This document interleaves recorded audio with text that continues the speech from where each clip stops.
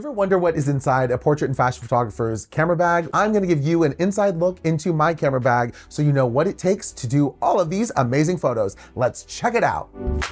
Hello and welcome back to the channel. My name is Zaki. I'm a portrait and fashion photographer. I wanted to go into my bag and what I use on a regular basis when I'm shooting portraits, fashion, as well as commercial advertising jobs. I've been shooting for, well, a long time, and these are the tools that I use and make sure that I have in my bag at all times. The first thing is the camera, and well, in this case, I'm actually shooting this video with the camera, which is a amazing Canon 5D Mark IV.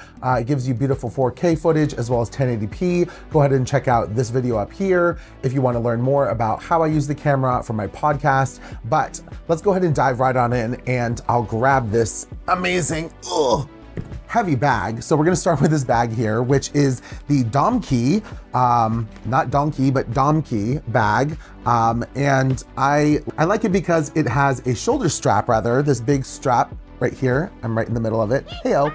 And it has a little bit of texture on the strap itself, which is like rubberized. So it kind of makes sure to have grip on your shoulder when you're holding it. But it also comes with this small strap, which is actually removable, which is great. It comes with these buckles on either side. I carry the bag with my hand strap or put it on my shoulder with the shoulder strap. And it's super versatile and easy to move around when I'm doing all my different photo shoots, whether that's event photography or I'm going and doing portrait session, or I'm shooting out in the mountains with some of my fashion clients. I am sure that this bag will carry everything and keeps it safe. The other nice thing about this bag, which you kind of can't see, is that the straps at the bottom of it, here, let's see if I can, are right there, are actually clips as well, and they also have Velcro behind them. And the nice thing about that, we're just gonna open this on up, is that these straps are very solid and metal, and they're not made chintzy, that's not even a word. They're not made chintzy, so they actually ensure that you have good quality and they last a long time.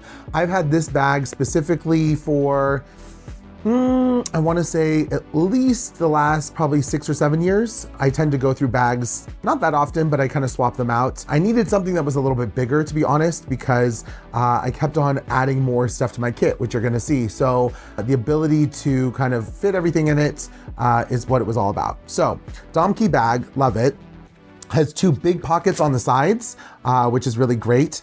So first things first, I need a flash because sometimes you're in situations where you want the on-camera flash look. I've done a whole review actually on this WESTCOTT FJ80 flash. If you haven't seen it, check out the video link up there. But I love this thing. It has amazing batteries that are removable and rechargeable. It has a beautiful front glass that is actually circular, which kind of mimics that of, you know, natural sunlight. And you're able to also trigger these things. It has a beautiful LED screen on the back of it as well. It makes it really easy to touch and kind of make all your settings go for that. So that's my go-to for flash, for on-camera flash.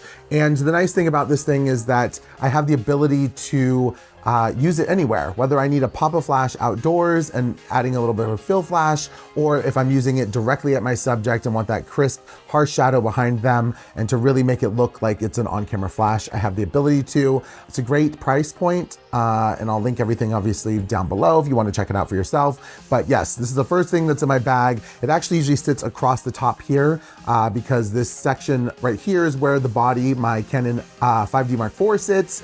But yeah, so this is the flash that sits on top. So that's the first item. Second item, now this is a workhorse, and this I need to replace actually, but this is the Sigma. You can tell, look at how beat up that is, my goodness. The Sigma 70-200 f2.8 lens, and it's beautiful glass. I absolutely love it. But this is a very old version, and I know that Sigma has come out with a nicer, newer version of it that's probably a little more compact as well. But this actually has a collar that you're able to put on it because this thing's heavy, that you're able to mount at the bottom of a tripod. And when I'm doing portraits or headshots, I don't really do headshots that much, but if you're doing something and you need more stability, you're able to mount this lens, which is very heavy, onto your tripod, and then your body will sit on the back of this lens and make it so that you're able to shoot. And it's nice because the collar moves around. Now, as you can see, mine's been used a lot and is actually removing a little bit of the the coating that's on here. But yes, plan to replace this either with a Canon 7200 2.8 or going and sticking with Sigma, which I really love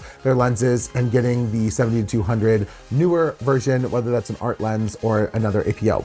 Okay, so that's the second item. Third item in this bag is my go-to Canon 24 to 105 f4. So it's not a full wide open lens, but this is my handy dandy lens. This is actually a kit lens, but it is their L glass. I know I've mentioned this in other videos that I've created as well, but I love the versatility of it. The fact that you're able to go from wide at 24 millimeters and then zoom right on into about 105, which is a great like portrait mid-length, 3/4 shot type of lens. And so I use this in a lot of the fashion photography that I do, even events and stuff that I'll shoot. It's nice because I can get wide enough to do a full, group photo, but then kind of zoom in if I want to do details or get a close up, or even, two people framed together nicely. It's pretty fast at f4. It's just enough depth of field and focus for me. I've done so many different shoots with this thing, can't even count. So some people love this lens, other people hate it. A lot of people prefer to go the 24-70 route. 70 millimeters just isn't enough for me, to be honest. I want a little bit more out of it. So I like going with the 24-105, and it's an affordable price as well, so you can't beat that. So that's the second lens that's in here. My third lens that's in here, which is the Sigma 50 millimeter f1.4 lens. And this lens is absolutely beautiful. It's the art lens, the art series that Sigma came out with, I don't even know how many years ago, probably 5+ years ago. I have to put the details somewhere over here, but this lens is beautiful, and the fact that it is an f1.4 lens just makes it so incredible for me to be able to shoot wide open and get beautiful backgrounds, but also really focus in on my subject, whether I'm doing portrait work or fashion work. It's absolutely gorgeous. And now that I'm doing more video, it's really amazing to be able to shoot on this lens as well, because it just gives you such a beautiful look. So yes, the next thing in my bag, let's see, are these amazing POCKETWIZARDs actually. These are receivers. One's a transmitter, one's a receiver. These are older. They come out with new versions of it. And if you go to the pro photo side of things, when it comes to lighting and strobes, they come up with their own receiver and transmitter situations. But I've had these, they're super workhorses. I absolutely love them. Super simple, 4-channel receiver, 4-channel transmitter. It's a lot of words, but these are great. Slides right onto the top of the camera in the hot shoe, and then this actually can be plugged into with a cable directly into your flash, really, whatever flash you're using. They make a bunch of different cables that you're able to use on these guys. So have 2 of these at least in my bag that always come with me, and then I have more that are with my strobe kit. That ensures that I have the ability for them to be, transmitted and received. Hello. Okay, so those are the 2 other tools. Next thing, some blue paper tape. Now, this thing you think is not really a tool, but it kind of is. And actually in the side pocket is a big roll of white gaff tape. This thing is probably, I don't know, was that 1.5 inch thickness, but this is white gaff, which is really sticky and is extremely necessary when you're doing any on-location shooting. You never know when you need to be able to stick something to something, or put a background paper on the wall, or you need to hold a dress together, or you need to fix something on your camera and it's, falls off or it's broken or it's not working right. This gaff tape has saved me so many freaking times. I know a lot of people that are shooters can relate. Like, this is a go-to thing to have. The paper tape is the nicer, softer version of this. As you can tell, I've used a lot of it because there's not much left on this. Probably need to replace it. But these 2 things always with me, because you never know when you need to be able to stick something to something. Also doing product photography, tape is also definitely handy. So these 2 things, gotta have them at all times. So they're in my bag. Oh, this is a very 2020 / just keep yourself safe. Handy dandy hand sanitizer spray. This brand is not sponsored, so I won't say what it is, but it is definitely helpful to have hand sanitizer, because when you're talking and working with people and shaking hands, or, post-COVID now, let's be real, you just want to keep your hands clean. This is a go-to, so I'll keep that in there. What else is in here? Usually I keep a snack in here. A dum-dum. I love dum-dums. I don't know about you, but I love a good dum-dum. Anyways, I usually keep a snack or something in this pocket as well, along with the hand sanitizer and the gaff tape. It's always smart to bring something with you. You never know how long you're gonna be out and about doing things. And I've gotten to the point, at some points, especially doing event photography, where I've actually felt like I was gonna pass out from like hypoglycemia. So not a good look, not a good feel. Make sure to have at least like a granola bar or something in your bag. That's usually what I have in here, but I need to apparently restock it, so that's fine. The next thing I have is, oh yes, this wonderful LEXAR USB 3 card reader. And it has both an SD card reader as well as a CF card reader. I know we don't use CF cards much anymore, especially on these newer cameras. They don't even make CF cards for them, but yeah. Whoa. Oh, I think I just broke that. That's lovely. Saw that first here right on the channel. Okay, yeah, just popped that right the heck off. The card reader is definitely necessary because when I'm not shooting tethered, and if I do need to download my photos that I've taken directly to the card, being able to put the SD card into either the side of the laptop is great, but some computers don't have that. Granted, this is a USB-A cable, so you need an adapter to plug into a USB-C laptop if that's what you have, but having this in my bag is really necessary because I never know when I'm going to be able to shoot to card and then need to download the photos to go into Capture One Pro. Definitely recommend having a CF card reader, or an SD card reader rather, in your camera kit. Next thing is a small A clamp, and these are just like from Home Depot, I think, but they are a lifesaver. Having a small A clamp, you never know when you need to pin something. I've also clipped people's shirts, not if you don't have a stylist or if you're working with someone solo in a portrait session, having an A clamp to be able to maneuver their clothes or help them to kind of cinch things in. Having the small A clamp has come in so handy on so many different shoots. So having a small A clamp is always helpful, not a necessity, but I love to have one at all times. Next thing in my bag, let's see. Oh, good old Canon. These are the LPE6 batteries. Canon LPE6 batteries have a bunch of these. My camera actually has a grip on the bottom, so you're able to put 2 batteries in there. So I at least have doubles of every single type, but I think I actually have more than that. Yeah, here's another one. There's 3 batteries, so extra batteries. There's 2 always in the camera, and then I have at least 2 or 3 that are fully charged. The next thing is, I was just talking about cards. This is a card holder. It is a watertight seal. I absolutely love this thing. It is so freaking helpful. This is made by Card Safe Extreme. I've had this thing forever. The label is completely like come off of it practically, but it's nice because it has a latch that you unseal and then it holds your cards in it, right? And so the other thing I have is as you can see, multiple of the SANDISK Extreme 128 gigabyte cards. These are amazing with the Canon 5D Mark IV, as well as if you have a Canon R system that you're working on. They're extremely fast. These are their Pro line, and they write up to, what is it, 170 megabytes per second, which is amazing. So if you're shooting video as well as shooting stills, they write and read really fast, and they get you really great storage. And I've had no problems with them. Knock on wood. This isn't wood, but that you get the point. But no, it's amazing. This is the ability to use these cards. I've actually labeled them A, B, C, and D, and that way I know which cards I've written to, so then I flip them backwards. And so when I know that it's been shot is by having the letter showing out towards myself, as you can see there. C, there, get it? A, B, C, anyways. But yeah, that's how I know. And this thing is waterproof and watertight when it's locked like that because it has a rubber seal around it. Super helpful, and it's definitely rugged, and it's fallen out of my bag before, and dust doesn't get into it and dirt doesn't get into it, and neither does water. So super helpful to have. There's a bunch of different versions of these, but I really love to have this in my bag because I know where all my SD cards are at. Okay. This is a random thing. So these are actually 2 prisms that I think I got from Michael's, the craft store. This thing comes in super handy because it gives you this really cool prism or bokeh effect when you're shooting wide open on, actually this 50-1.4 is like my go-to, or even the 7200. But the ability to put this in front of your lens, so this is my lens, and this is this piece of plastic that is in a prism form.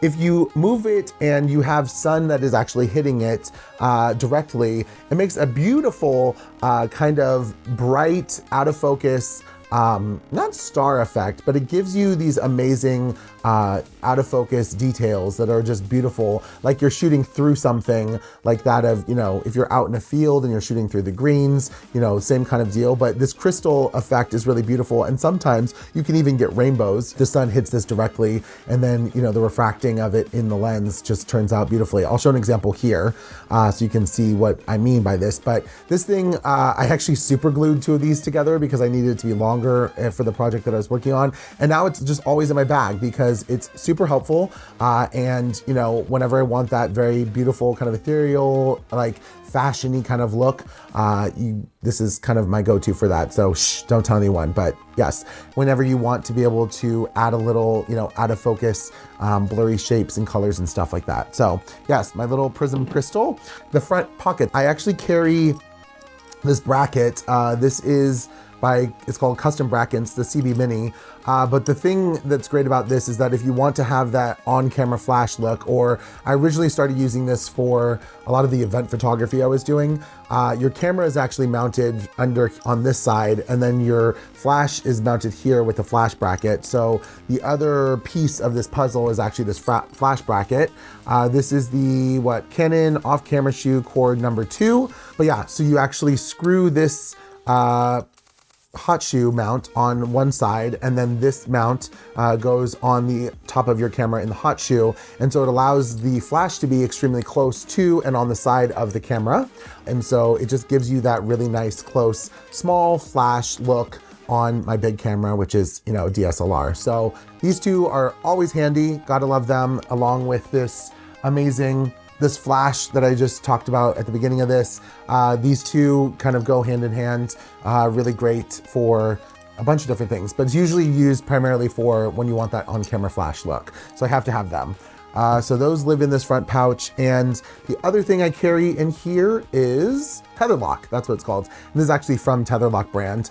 But this is when you are using a cable in order for you to plug your camera directly into the laptop and shooting tethered. What this does is ensure that the cable stays in place. So you mount this to the bottom of the camera, and the cable goes through, and then it locks directly into the side of your camera where the port is. And that way you're able to ensure that it won't move when you're kind of flailing around or on the floor doing whatever it is that you're doing while you're doing your photo shoot.